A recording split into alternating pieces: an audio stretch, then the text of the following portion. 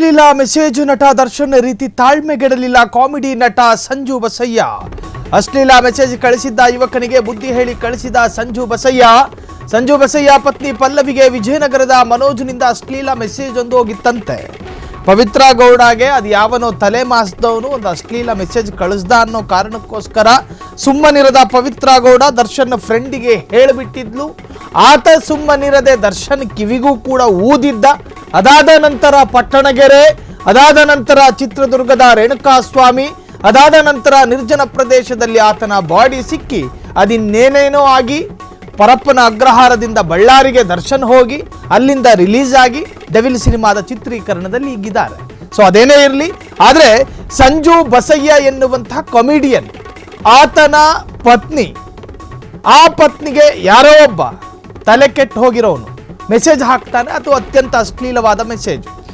ಆ ಸಂದರ್ಭದಲ್ಲಿ ಗಂಡನಾದವನಿಗೆ ಕೋಪ ಬರೋದು ಸಹಜ, ಆತನ ಕೋಪಕ್ಕೂ ನ್ಯಾಯ ಇದೆ. ಆಕ್ರೋಶಿತನಾಗ್ತಾನೆ. ತನ್ನ ಪತ್ನಿಗೆ ಯಾರೋ ಒಬ್ಬರು ಅಶ್ಲೀಲ ಮೆಸೇಜು, ಸಾಮಾನ್ಯ ಮೆಸೇಜ್ ಅಲ್ಲ, ಹಾಯ್ ಹಲೋ ನೀವು ಕ್ಯೂಟ್ ಆಗಿದ್ದೀರಾ ಈ ತರಹದ್ದಲ್ಲ, ಅಶ್ಲೀಲ ಮೆಸೇಜ್ ಒಂದನ್ನು ಕಳಿಸ್ತಾನೆ. ಇದನ್ನ ಯಾವುದೇ ಒಬ್ಬ ಗಂಡ ಸಹಿಸಿಕೊಳ್ಳೋದಕ್ಕೆ ಸಾಧ್ಯ ಇಲ್ಲ. ಸೊ ಆತ ದರ್ಶನ್ ತರ ಮಾಡೋದಕ್ಕೆ ಹೋಗಲಿಲ್ಲ. PUC ವ್ಯಾಸಂಗ ಮಾಡ್ತಾ ಇದ್ದ ಯುವಕನಿಂದ ಇನ್ಸ್ಟಾದಲ್ಲಿ ಅಶ್ಲೀಲ ಸಂದೇಶ, ಅಶ್ಲೀಲ ಮೆಸೇಜ್ ಜೊತೆ ಅಶ್ಲೀಲ ಫೋಟೋಗಳನ್ನು ಕೂಡ ಕಳಿಸಿದ್ದ ಮನೋಜ. ಬೈಲಹೊಂಗಲ ಪೊಲೀಸ್ ಠಾಣೆಗೆ ದೂರು ನೀಡಿದ್ದ ಸಂಜು ಬಸಯ್ಯ. ಅಶ್ಲೀಲ ಸಂದೇಶ ಕಳಿಸಿದ ಯುವಕನಿಗೆ ಬುದ್ಧಿ ಹೇಳಿ ಕಳುಹಿಸಿದ ಪೊಲೀಸರು. ಯುವಕನ ಭವಿಷ್ಯ ಹಾಳಾಗಬಾರದೆಂದು ಸಂಜು ಬಸಯ್ಯನಿಂದ ಬುದ್ಧಿ ಮಾತು ನೋಡಿ. ಈ ಒಳ್ಳೆತನ ಒಳ್ಳೆ ಗುಣ ಎಲ್ಲರಲ್ಲೂ ಕೂಡ ಬರೋದಿಲ್ಲ, ಆ ವಾತಾವರಣದಲ್ಲಿ ಬೆಳೆದಿರಬೇಕು.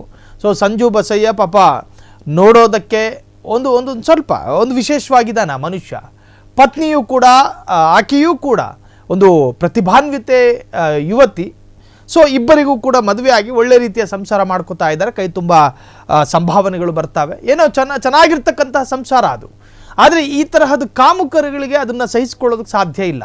ನೋಡೋದಕ್ಕೂ ಕೂಡ ಸುಂದರವಾಗಿದ್ದಾರೆ, ಮೆಸೇಜ್ ಹಾಕಿ ನೋಡೋಣ ಅಂತ ಹೇಳಿ ಮಾವಿನ ಮರ ಕಲ್ಲು ಹೊಡೆದಂಗೆ ಒಂದು ಹೊಡೆದಿರ್ತಾರೆ, ಬಿದ್ದರೆ ಬೀಳಲಿ ಅಂತ. ಆದರೆ ಈ ತರಹದ ಒಂದು ಕೃತ್ಯಗಳು ಯುವಕರಿಂದ ಆಗೋದು ನಿಜಕ್ಕೂ ಕೂಡ ಅತ್ಯಂತ ಅಪಾಯದ ಸೂಚನೆ ಅದು.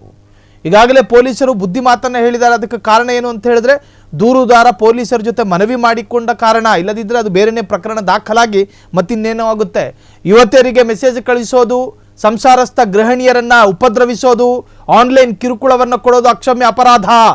ಯಾರೋ ಇನ್ಸ್ಟಾಗ್ರಾಮ್ನಲ್ಲಿ ಮೆಸೇಜ್ ಮಾಡಿದ್ರೆ ಯಾರಿಗೂ ಗೊತ್ತಾಗಲ್ಲ ಅಂತ ಅನ್ಕೊಂಡು ಆ ತರಹದ ಕೃತ್ಯಕ್ಕೆ ಕೈ ಹಾಕಬೇಡಿ. Be careful. ಕ್ಷಣ ಕ್ಷಣದ ಸುದ್ದಿಗಳಿಗಾಗಿ ಫ್ರೀಡಂ ಟಿವಿ ಸಬ್ಸ್ಕ್ರೈಬ್ ಮಾಡಿ, ಲೈಕ್ ಮಾಡಿ ಹಾಗೂ ಫಾಲೋ ಮಾಡಿ. ಹೊಸ ಸುದ್ದಿಗಳ ನೋಟಿಫಿಕೇಶನ್ಗಾಗಿ ಬೆಲ್ ಐಕಾನ್ ಮೇಲೆ ಕ್ಲಿಕ್ ಮಾಡಿ.